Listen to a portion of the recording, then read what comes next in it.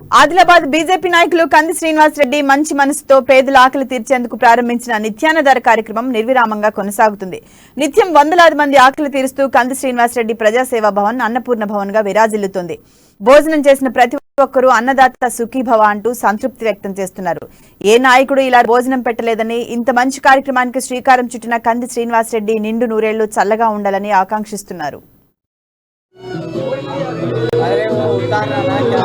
చూడాలి నువ్వే చింతం అమ్మ తోడు మా పల్లెలోనా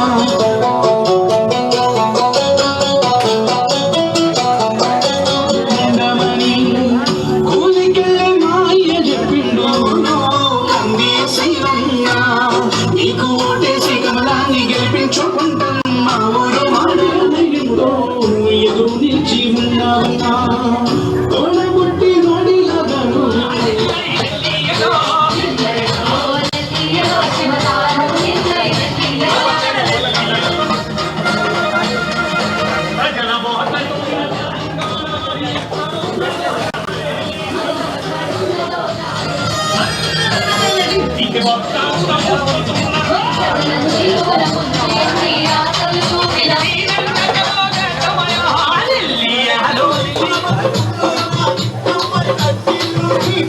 బంధువులు బాగుపడి